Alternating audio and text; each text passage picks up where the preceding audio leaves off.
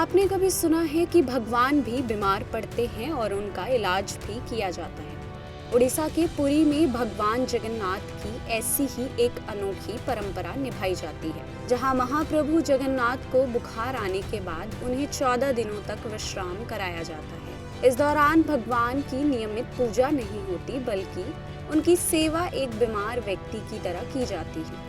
आइए जानते हैं इस सदियों पुरानी परंपरा अंसार सेवा के बारे में।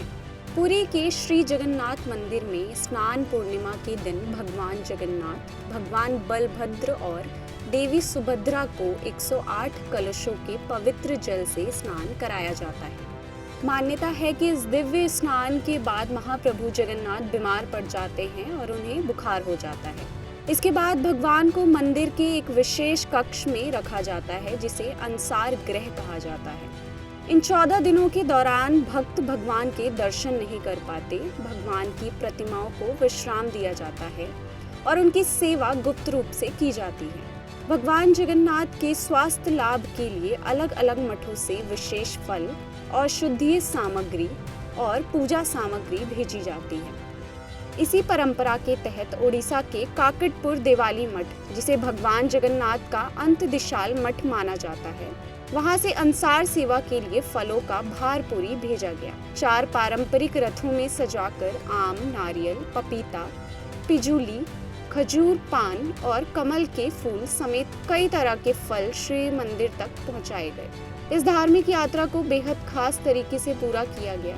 काकटपुर, अस्तरंग, नया हाट और कोणार्क क्षेत्र के भक्तों ने मिलकर फलों को सजाया और पारंपरिक विधि से पूजा अर्चना की। प्राची संस्कृति संरक्षण समिति के सदस्यों ने बैलों की पूजा कर इस अंसार फल भार को पुरी के लिए रवाना किया।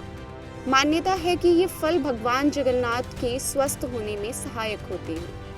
जगन्नाथ संस्कृति में भगवान को केवल ईश्वर नहीं, बल्कि परिवार के सदस्य की तरह माना जाता है। इसी वजह से यहाँ भगवान का जन्म, स्नान, बीमारी और स्वास्थ्य लाभ जैसी मानवीय भावनाओं से जुड़ी परंपराएं निभाई जाती हैं। अंसार काल खत्म होने के बाद भगवान जगन्नाथ फिर से भक्तों को दर्शन देते हैं, जिसे नव यौवन दर्शन कहा जाता है। भगवान जगन्नाथ की ये परंपरा सिर्फ आस्था नहीं, बल्कि सदियों पुरानी संस्कृति और भावनात्मक जुड़ाव की मिसाल है, जहां भक्त अपने भगवान की सेवा उसी तरह करते हैं जैसे परिवार का कोई सदस्य बीमार होने पर उनकी देखभाल करता है।